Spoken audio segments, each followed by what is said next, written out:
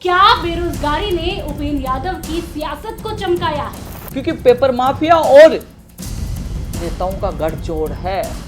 जब तक इन paper mafia नेताओं का गठजोड़ खत्म नहीं होगा, आपके सपनों को बेच दिया जाएगा। आप सरकार के खिलाफ है या बीजेपी के साथ है? और यदि धोखा होता है, मैं साफ कह रहा हूँ, धोखा होता है तो आंदोलन कि केंद्र सरकार की भर्तियों पर आप कभी कुछ नहीं बोलते। राजस्थान में इन दिनों बेरोजगारी का शोर है और उन तमाम शोर में एक ही नाम गूंज रहा है, उपेंद्र यादव। क्या बेरोजगारी ने उपेंद्र यादव की सियासत को चमकाया है या फिर वो वाकई बेरोजगारों के लिए मसीहा साबित हुए हैं? जी हाँ, इन तमाम सवालों का जवाब देने के लिए आज हमारे साथ खुद राजस्थान तक के स्टूडियो पर मौजूद है उपेंद्र यादव, जो कि राजस्थान के बेरोजगारों के एकीकृत महासंघ के प्रदेशाध्यक्ष है। उपेंद्र जी, आपका बहुत बहुत स्वागत है राजस्थान तक के मंच पर। बहुत बहुत धन्यवाद। और नमस्कार, मैं हूं आपके साथ में नुपुर जारोली लोढ़ा। तो चलिए बिना देर किए उपेंद्र यादव पर सवालों की बौछार करते हैं। सबसे पहला सवाल उपेंद्र जी मेरा आपसे रहेगा, उपेंद्र यादव बेरोजगारों के लिए एक मसीहा या फिर नेता? मैं अपने आप को मसीहा भी नहीं कहूँगा, नेता भी नहीं कहूँगा, लेकिन जो सवाल आपने जो कहा कि ये सियासत के लिए तो नहीं है, ये सारी चीज़ें जो जिम्मेदारी थी, जो तमाम एमएलए, जो तमाम सांसद हैं और जो तमाम यूनिवर्सिटीज़ के जो अध्यक्ष हैं, उनकी जिम्मेदारी थी कि युवाओं को न्याय दिलाए, उनकी आवाज़ उठाए। कहने गए मुझे लगा कि जो जिम्मेदारी वो नहीं निभा पाए, जैसे युवाओं के नाम पे लोग विधानसभा में भी सवाल उठाते हैं, युवाओं के नाम पे वोट मांगते हैं, लेकिन जब युवा के पेपर लीक हो जाता है, युवाओं के समय पे रोजगार नहीं मिलता, जब युवा भटकता है, धरना प्रदर्शन करता है, लाठीचार्ज, मुकदमे दर्ज होते हैं, तो कोई भी याद नहीं करता। ऐसे में उन पीड़ित युवाओं की आवाज़ उठाने के लिए पिछले, अब फरवरी में 11 साल हो जाएंगे, पिछले 11 साल से लगातार मैं संघर्ष कर रहा हूँ। इस संघर्ष के दौरान सबसे ज़्यादा मुकदमे भी खाए हैं, सबसे ज़्यादा लाठियाँ भी खाई है। राजस्थान से लेकर गुजरात हो, लखनऊ हो, दिल्ली हो, यहाँ बाहर जाकर भी आंदोलन किए और 300 से ज़्यादा आंदोलन, 8 बार से ज़्यादा आमरण अनशन, यानी कि 2 लाख से ज़्यादा युवा बेरोजगारों को सरकारी जॉब जो मिला है उसमें अहम योगदान निभाया है। एक ऐतिहासिक रिकॉर्ड है। लगातार हमने सरकारों से टकराए हैं, चाहे बीजेपी सरकार हो, चाहे कांग्रेस सरकार हो, लेकिन हमारा मुद्दा रहा है कि युवाओं को न्याय मिले, उनसे जो वादे किए वो पूरे करें। कुछ मांगे पूरी नहीं, पेपर लीक हुआ, युवा परेशान है, दुखी, तो हमने विरोध किया। विरोध के बदले में आपने देखा होगा लाठी मिली, मुकदमे मिले और यहाँ तक, और अब ट्विटर हैक भी हो चुका है। बिल्कुल बिल्कुल। तो इस पर क्या कुछ कहेंगे आप? देखो नुपुर जी, मेरा ट्विटर हैक किया गया, 8 लाख से ज़्यादा फॉलोअर, वो मेरा परिवार था, लेकिन मुझे दुख नहीं है क्योंकि राजस्थान के युवा मुझे चाहते हैं और मुझे इतना मान सम्मान प्यार देते हैं, क्योंकि अब 9 फरवरी से राजस्थान में न्याय एवं जो रोजगार 2 यात्रा शुरू करने वाले हैं। जो मैं हर ग्राम पंचायत में जाऊंगा तो युवाओं से मुलाकात हो, उनके दिल से नहीं निकाल सकते। मेरा ट्विटर हैक कर सकते हैं, मेरे फेसबुक सोशल मीडिया हैक कर सकते हैं। जो युवाओं का जो विश्वास है, जिनके विश्वास के लिए मैं पूरी सरकारों से टकरा जाता हूँ, तो मैं लड़ रहा हूँ और लड़ता रहूंगा अंतिम सांस तक, चाहे मुझे जेल में डाले, लाठी बरसाए, कुछ भी करे, ना मेरे तेवर ठंडे होंगे, ना मेरा जो तरीका है वो ठंडा होगा। लेकिन अभी हाल ही में हम देख रहे हैं कि मुख्यमंत्री अशोक गहलोत जो है वो युवाओं को लेकर के बजट देने की बात कर रहे हैं। पूरा बजट जो है वो उन्हीं को जो है वो जाएगा, इस तरह की चर्चाएं भी हो रही हैं।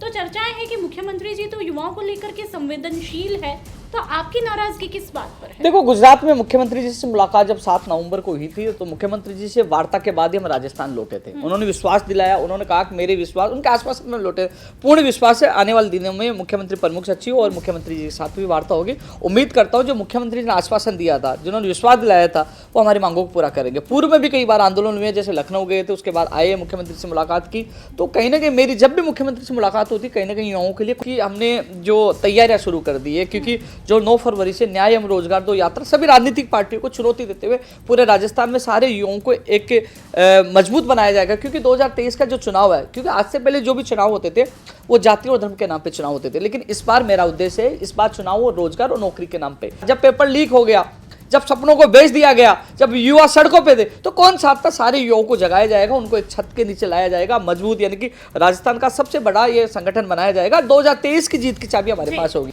आप सरकार के खिलाफ है या बीजेपी के साथ है? क्योंकि ये चर्चाएं चली, आप राजस्थान छोड़ करके यूपी चले जाते हैं, गुजरात चले जाते हैं प्रदर्शन के लिए, तो मदद तो आप बीजेपी की कर रहे हैं। आपने बहुत अच्छा सवाल उठाया, इसका जवाब मैं ये देना चाहूंगा कि आप पूर्व में जाइए, पिछले 5 साल जो बीजेपी सरकार थी तो सबसे ज़्यादा मेरे सिर फटा था, 5% आए थे 9 अक्टूबर 2015 को।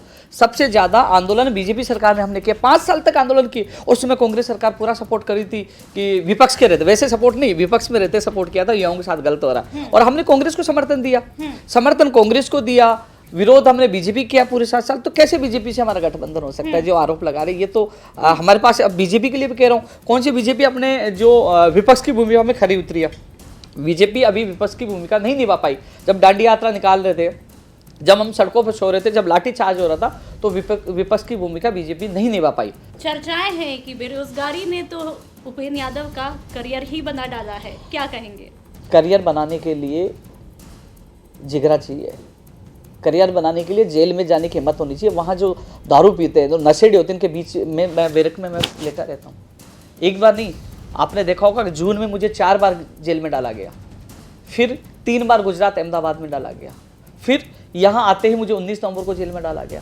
ऐसा राजस्थान का एक नेता बता दें कि जो सड़कों पे सोता हो, मैं युवाओं के लिए सड़कों पे सोता हूँ, ऐसा राजस्थान के नेता बता दो जिन्होंने सबसे ज्यादा अनशन किया, सबसे ज्यादा मैं भूखा रहा हूँ, आईसीयू में गया हूँ, मरते मरते बचा हूँ, सबसे ज्यादा लाठियां खाई, सबसे ज्यादा मुकदमे खाए। और मैं तो कह रहा हूँ, राजस्थान को कोई ऐसा नेता बता दो, मैं तो खुला आपके इस चैनल के माध्यम से तमाम राजनेताओं को चैलेंज दे रहा हूँ, कह रहा हूँ कि जो आपने कांग्रेस सरकार ने जो लिखित समझौता किया मंत्रियों के साथ, जो हमारा समझौता हुआ, लखनऊ समझौता, गुजरात समझौता, इन मांगों को पूरा कर दो। उपेंद्र यादव चुनाव नहीं लड़ेगा, स्टाम्प पे लिख के दे देगा। 19 नवंबर को ऐसे मुकदमे में जेल में डाला गया कि किसी जमीन पे कब्जा कर लिया।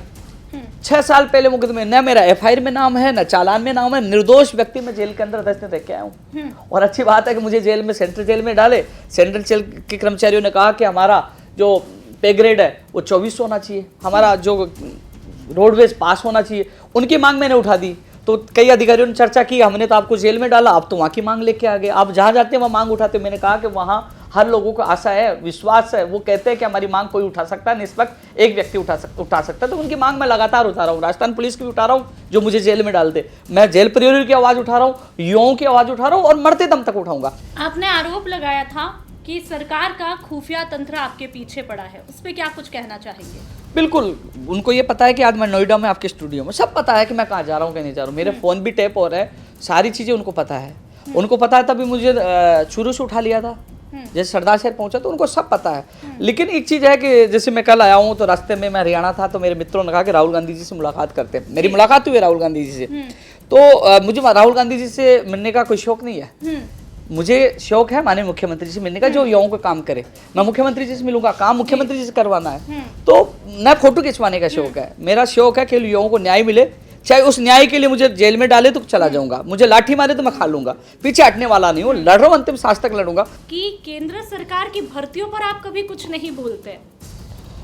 आपका सवाल सही है, लेकिन ये मेरा सवाल नहीं है, जो तमाम दर्शकों के लिए मैंने ट्वीट किया है, उनमें से किसी ने मुझे मैसेज किया है और वो पूछ रहे हैं कि उपेंद्र जी कभी केंद्र सरकार की भर्तियों के लिए क्यों कुछ नहीं बोलते? नहीं, मैं बताऊं, उसमें जो जवाब उनके होंगे, जो कई लोग कहते हैं कि यार ये कांग्रेस के पीछे पड़ा है, बीजेपी के लिए क्यों नहीं बोलते, उनका मेरे को लगता है ये इनका सवाल होगा।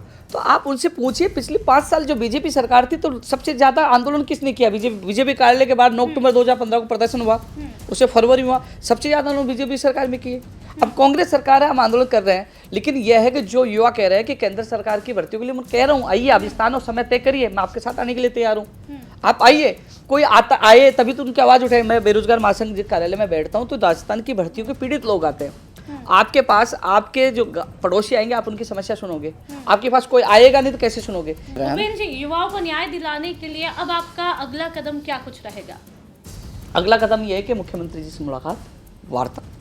उम्मीद करता हूँ जिस प्रकार मुख्यमंत्री जी के बयान आ रहे हैं कि युवाओं के लिए बजट होगा, युवाओं के लिए वो लगातार बोल रहे हैं, तो उम्मीद करता हूँ कि वो इस बार युवाओं के साथ न्याय करेंगे जी।